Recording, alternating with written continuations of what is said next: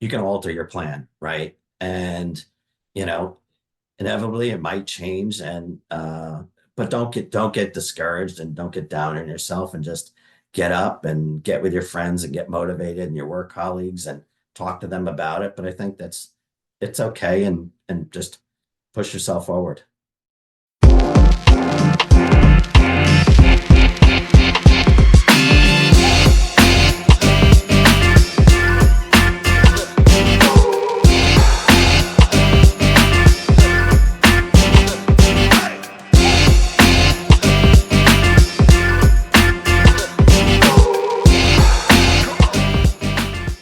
Hello, everyone. I am Melissa Forziat of Take the Doughnut, here to help you get inspiration and get donuts. I'm a motivational keynote speaker, and today I'm bringing you a Take the Doughnut interview with John Bechtold, who is the Vice President of the National Parking Association. John, welcome to your Take the Doughnut interview.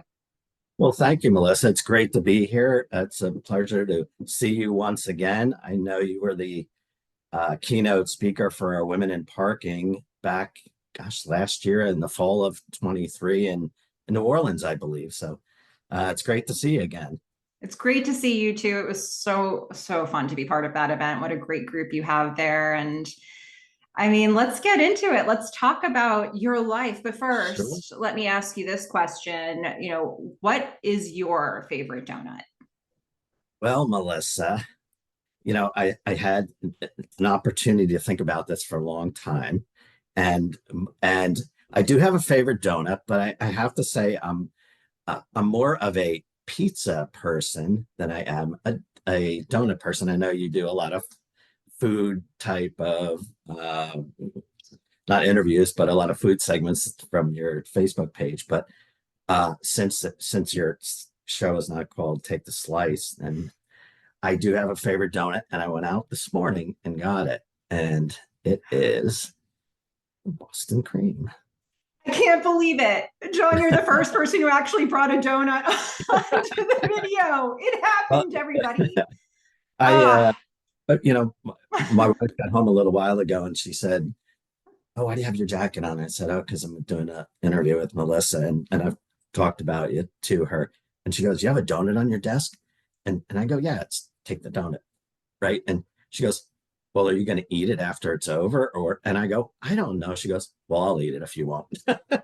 So everybody wins. that's right. That's right. But yes, that for donuts, that is my go-to. I like the traditional glazed and old fashioned as well, but you can't beat that. No, you can't. Boston cream, everybody. And here's John innovating on this podcast. I love it. Well, I said just a little bit about who you are up front, but tell us more about yourself. What should we know about you? Sure, absolutely. I've been in the marketing sector, marketing industry for, gosh, 20 plus years or so. I grew up in New Jersey. I went to college in Georgia, but then I went back home to New Jersey, and spent probably two-thirds of my life there in New Jersey. And when I got out of college, I was young and took a job at an advertising company, and I was low person on the totem pole, right? I was making copies and, doing typesetting. Back then it was typesetting layout instead of digital, and I'll get to the digital part later. But uh, I was brand new, and when you're straight out of college, you take the job, and that you hopefully is in your field. And 20 years later, I'm still doing advertising and marketing, and it's I like it because it's something new every day. There's plenty of jobs where people do the same thing, accounting and finance and all that, which is great, and it's a fit for most people. For me, it's something new and exciting every day. But I worked for manufacturing companies while I was there, and worked my way up to a marketing coordinator and a marketing manager, and I ended up with a company that was a water purification company based out of New Jersey. And I was there a year, and it was a German based company. And the owner decided to sell the company after a year. And I had left my previous position to take this. And they were moving the organization to North Carolina. So my wife and I, we had a teenager who was in eighth grade getting ready to go to high school. So, that's a tough time for people. And I'm like, oh boy, we're leaving our small little town in New Jersey to move him away. And so I said to my wife, well, maybe this is a time in our life where we think about making a change. And her family's all in Florida here. We're in the Tampa Bay area. Her sister is here and her brother and her parents and all that. And my sister is here. So I said, well, and it goes back to the Take the Doughnut. Am I going to grab this and go without a job? And my wife had left her job. So we packed up, we sold our house and we moved here. And I arrived here and my boss from my company said, well, how'd you like to stay on and work from remote a little while until I find somebody else? He had already moved to North Carolina. And I said, great. And that lasted a year and a half, which was fantastic for me. But it brings me down to, making a decision and, going after something new and grabbing that and taking the leap forward in my life to do that. And, brings me to, gosh, that was 15 years ago or so. And I'm here in Tampa and working for an association. Wow. I mean, you clearly are exactly the right person to talk to with this conversation. And just for those who don't know what a Take the Doughnut interview is all about, let me reset that for you. So for me, Take the Doughnut is an expression that's the same as Carpe Diem. It comes from this strange thing that happened to me in college where I left an actual donut on the table, but it became an object lesson for me and what it's like when you leave an opportunity behind. So I don't want to do that anymore. I want to take the donut. And that's what I say to myself. And I'll link a video here for those who haven't seen that story yet. But basically, this conversation is all about what it's like to go after the things that you want in life. Practically speaking, what does that feel like? So the first question around that I want to ask you is, how are you with going after goals? What is that process like for you? Um, Setting a goal is easy, right? Everybody can say, this is what I want to do, right? And this is the outcome that I want to have, right? It's here, it's A and B. It's everything in between. That's the hard part, right? How are you going to get it? You could, set a goal and but and you want to figure out what the outcome is when you set the goal. I want to get $1 million by the time I'm 40. Well, okay, what are the steps to get there, right? So that's always the most difficult part, I think. But um, I learned a lot from at my previous position before NPA. The CEO was big into setting key performance indicators, KPIs. So it was basically goal setting. What do we want to do and how are we going to get it done? And it it helped me learn and actually grow as a person in my own individual life, but my professional life as well, because I was able to set the goal and then I had to figure out what are the key steps to achieving the goal. And I went through the process the first time and I developed 12 goals. And 12 goals. Okay, well, how many steps in 12 goals? There's 50 of them, right? Is it achievable or not? So then I realized that, you don't have to set all of these goals. Set achievable goals that you can do in a specific amount of time that benefits the organization and benefits yourself.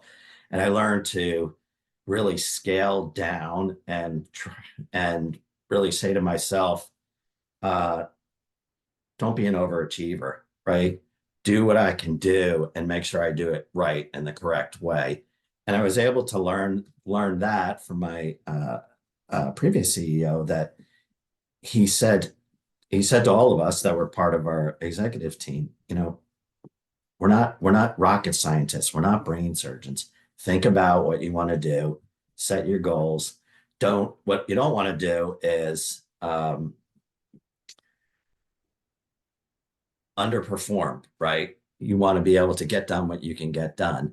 And I learned to set specific goals. But while I was setting these goals, I had to really take a look at how they affected other individuals. How does it affect their goals as well? Well, most of my goals affected somebody else's goals within the organization. And in my personal life, it's a little bit different because it's my wife and I, and it's not 10 people at an organization that are affecting each other's goals. So I think in terms of, to get back to your question, it's difficult. It's very achievable. But I look at setting goals, and I'll say we can only do so much as a person. And I don't want to tell you I can get these 5 goals done if I really can, and I can only get 3 done. So I think that when people are new to an organization, they'll tend to want to say to their boss, I can do whatever you want. I can do whatever you want. And sometimes the boss will say, just don't be a yes person. Tell me what you can actually do. That's really well said. And I like that there's aspiration, but there's also realism built into Right. that. When you have a goal that's a big one to achieve or that has many steps along the way, what keeps you motivated in that process? Well, my personally, it's my family that keeps me motivated, my wife and my son, and being able to I mean, it's simple, right? I can say I want to have a retirement plan. That's my goal, and I want to retire by I'm 65. So, when am I setting the goals, and how am I going to get there? What are we going to do to get there? And I think you have to have the support, not just of your family, if it pertains to your position in your job. You have to have the support of your co-workers. You have to be able to support on all of your colleagues, essentially. Um, Look at the outcome and motivate each other. You know, do in marketing, like I said earlier, I do something new every day. So that's really a motivation for me as well, because I go into each day, each new day saying, okay, what's in store for today? I know the usual, but what's new? And I think, working on new ideas and new goals and putting together a plan is motivation for me as well. Yeah, it keeps it fresh and interesting. Yeah. Well, so a lot of times when we go after something that we want, there are challenges that come up. And I'm curious if there's any particular brand of challenge that just comes up for you over and over again, no matter what you're working on. Like, is there an Achilles heel that you have? Um, sure. There always is, all the time. Nothing is ever as straightforward as you think.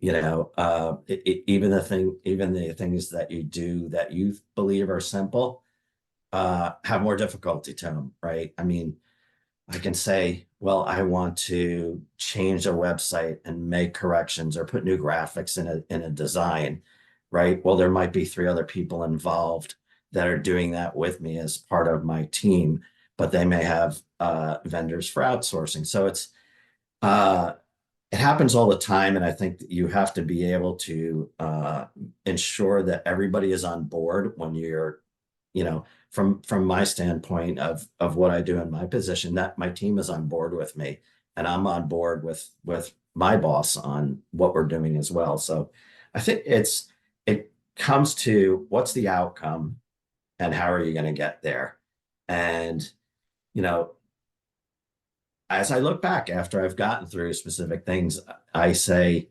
okay, did I alter my plan? 95% of the time, I altered my plan. Things just don't go as smoothly as you think. And, in a lot of things, especially, you could be interviewing somebody and all of a sudden they're not the energetic person, right? And you're like, okay, how do I get them motivated and get them going? And I think that, as we look back, uh, just like a marketing campaign that I put together, right? I may think it's a great idea and get it started. And then it's, might be just floating for a couple of days. And I'm looking at the numbers and the statistics and open rates. And I'm like, okay, is this going to pick up, or when am I going to change and alter the program? And so it achieves the outcome I want at the end. Yeah, this sounds like adaptability is a huge component to the things that you do. Yeah, absolutely. You have to adapt to what's happening, not only, in your personal life, but in association business, a lot of things change, but it happens in all industries, right? I mean, you could be working, for a bank and working a plan through, and I have friends that work at Citi and they're working on these large plans, and then somebody just turns the key and shuts it off like that. And so you have to alter what you're working on as well. Hmm. Well, you might have actually already said this when you were saying more about your bio, but what would you say is the biggest donut you've ever taken? It could be personal or professional from any time in your life. Well, I could say it's personal. So probably in gosh, maybe I'm just trying to think. It was right before COVID, late 2019, early 2020. I looked at myself and what I was doing, and I was in my previous position, but I knew that marketing and advertising had changed already to digital. It gone back, changed probably 5 or 7 years, but I wanted to ensure that I had the capabilities and the knowledge to go forward 10 more years on what's happening in the digital marketing world, not just from the standpoint of Google Analytics, but from all types of digital marketing. And I had digital marketing background and traditional marketing background as well. But I said to myself, where do I want to be? How am I going to get there? So I decided to I started looking for digital marketing certificates or certification courses. And I found one at Cornell, an online digital marketing certificate plan. And it was a few months to get through it. It wasn't a 1 week course. This was months and months and months and homework and papers and everything else. And as a person in their 50s, I look back now and I tell my wife the funny stories because she used to laugh at me when I was doing my homework at nighttime after spending all day at work and I'm submitting papers and I'm on a Zoom call with individuals that are taking the course as well. And I looking at the Hollywood squares of people on the Zoom screen, and I go, gosh, they're all in their 20s or 30s.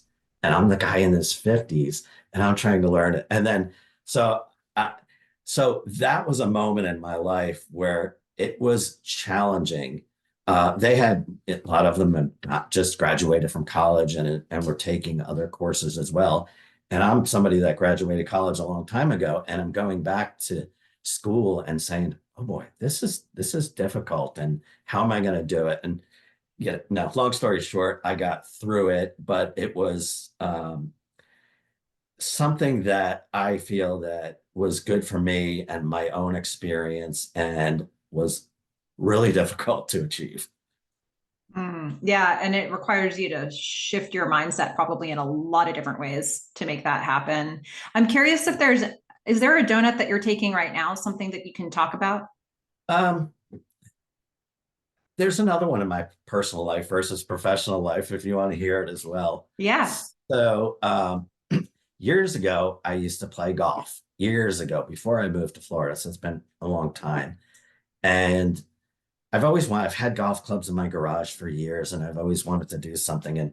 And probably about 10 years ago, I had a car accident and hurt my back and it eventually got better, but I just never was motivated enough to go do it. And a friend of mine reached out to me and he said, well, he works for a financial organization. He reached out and said, well, we're sponsoring a golf tournament.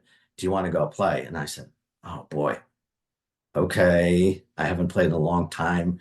I have these old clubs. And so I ended up, it was for a charity fundraiser. And I went and played and we had so much fun. We were part of a foursome and I had a great time and it just brought back a lot of memories. So um, after that, my friend reached out to some other ones. And so we've had a foursome that have been playing for 9 months. We go out every month, once a month, the same golf course. We tried changing and then we all got tired of driving all around to different golf courses. We go, let's just stay this one, it's closer. But so the donut I'm taking now is to break 100 in golf. And I don't know if you know about golf and the scores. The lower the score, the better, right?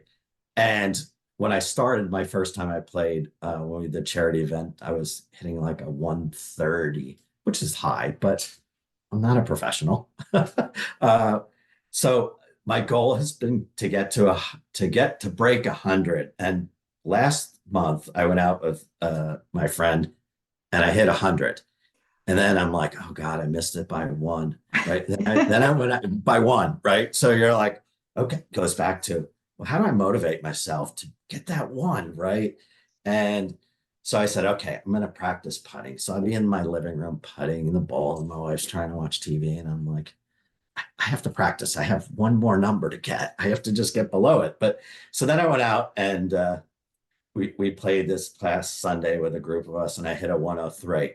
And then we were leaving, and another buddy of mine goes, well, none of us broke 100, but he goes, if you had made those 5 putts, you would have had a 98. And I go, well, thanks, but I'll try it again next year. So that's my donut in my personal life of, trying to break 100 in golf. And I think in, my professional life, I have about 14 years of experience working for different associations, and I joined NPA about 2 years ago. And in my professional life, I think it's to ensure that we keep growing as an organization and achieve our goals and get more of our membership involved. And that's one of the donuts in there as well. Oh, so many great things you're working on, and you're going to have to let us know when you break 100, maybe in a Oh, YouTube comment or well, something, so we can don't you worry. celebrate. It'll be on my Facebook, my Instagram, my LinkedIn. Like, if you hear somebody shouting from the rooftop, it's me. Right. Yeah. Well, there'll be Oh, pictures, maybe video. oh, wow. Well, there may be people out there who have a donut of their own that they want to take, and they need some guidance on how to get there, or some encouragement. So let's sprinkle some encouragement. And what would you say to those people on their journey? Um, I would say it's okay to fail, right? It's okay. You just have to push yourself to get up and try again. You don't want to fail if you're a brain surgeon, but uh, it's okay. Just take on what you can take on. Don't try to overachieve. Make your goals realistic and achievable, right? Even if you have to um, set a plan and say, in the next year or two, I want to, or in the next year, as an example, I want to do these, have these 3 goals that I want to achieve, which is probably realistic, right? I mean, if they're not just massive goals, and put a plan together and just start working on that. But it's okay to, like we said, I said earlier, you can alter your plan, right? And you know, inevitably it might change, and but don't get discouraged, and don't get down on yourself, and just get up and get with your friends and get motivated and your work colleagues and talk to them about it. But I think it's okay, and just push yourself forward. Beautifully said. Well, for those of us who want to find you and find out when you break 100 in golf, and catch up with all the things that you're working on, where can they find you? Are there any links I should put in the description? Sure, absolutely. Well, first I want to show you my shirt that I have. My wife goes, "You're going to wear that in an interview?" I said, "Yes, I want to make sure." Hashtag be Beautifully kind. said. So you can find me on LinkedIn. It's linkedin.com/John Bechtold, all one word, or Facebook at johnbechtold.fl, and same for Instagram as well. I have not started a TikTok page and probably won't, but on a side note, I do woodworking on the side. I just started building things, and so I do a lot of woodworking projects, and I have a Facebook page as well. But somebody will have to go look for that. I'll see if I can find it and put it into the description, so everybody can see what you're working on. That's amazing. Everybody be sure to check out those resources. And if you liked hearing John's story, be sure to like and subscribe on this video, because there's so many inspirational interviews still to come. But in the meantime, John, thank you so much for taking some time and talking to all of us about taking the donut. Absolutely, it's been my pleasure, Melissa, and thanks for having me. And be in touch soon. Absolutely. Okay, everybody, you know what to do. get inspiration, get donuts. That's right. Bye.